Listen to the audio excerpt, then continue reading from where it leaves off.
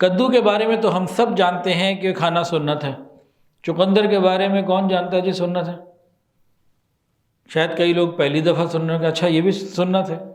تو چقندر کھانا یہ سنت ہے. اب ذرا حدیث سن لیجیے. ایک دفعہ نبی علیہ الصلوۃ والسلام اور حضرت علی رضی اللہ عنہ کی دعوت پہ گئے ہوئے تھے. المنذر رضی اللہ عنہ کے گھر میں دونوں کھجوریں کھا رہے تھے.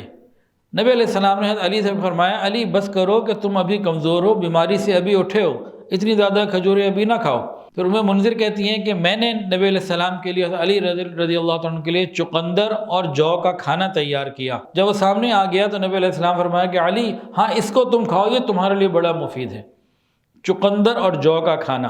صحابہ فرماتے ہیں کہ ہم جمعے کے دن بڑے خوش ہوتے تھے کیونکہ اس روز ایک بوڑھی عورت آتی تھی جو ہنڈیا میں چقندر کی جڑیں اور جو ڈال کر ان کو خوب پیستی. چقندر کی جڑیں اور جو ڈال کر ان کو خوب پیستی تھی. اس میں نہ کوئی چربی ہوتی تھی نہ چکنائی ہوتی تھی.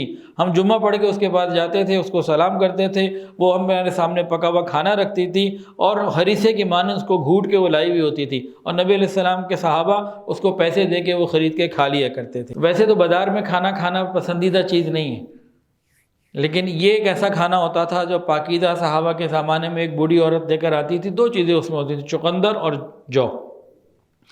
اس کے بھی بے شمار فائدے ہیں جی. جو کے تمام فائدے اس میں آ گئے اور چقندر کے فائدے میں ابھی آپ کو بتاتا ہوں جی. موسم سرما میں چقندر کا استعمال عام ہے.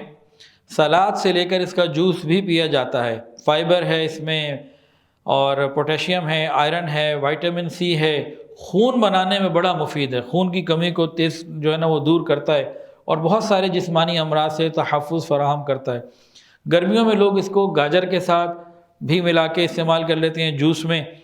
اور چقندر میں شوگر بھی ہوتی ہے، کاربوہائیڈریٹس ہیں، پروٹین ہے، آئرن ہے، فائبر ہے، سوڈیم ہے، زنک ہے، پوٹیشیم ہے، میگنیشیم ہے، وائٹامن بی ہے، وائٹامن کے بھی ہے. چقندر کا استعمال بلڈ پریشر کو کنٹرول رکھتا ہے. جو ورزش کرنے والے لوگ ہیں یا ایتھلیٹس ہوتے ہیں جو محنت کرنے والے، ان کے لیے جو ہے نا ان کی کارکردگی میں، ایفیشنسی میں اضافہ کرتا ہے. ہاضمے کو بہتر کرتا ہے جو کہ فائبر ہے اس کے اندر.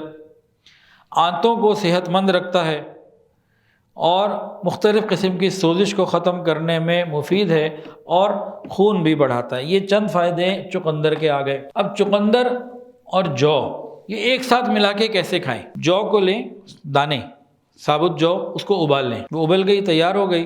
اس کے بعد چقندر کے چھوٹے چھوٹے پیس بنا لیں، بالکل تھوڑے تھوڑے سے.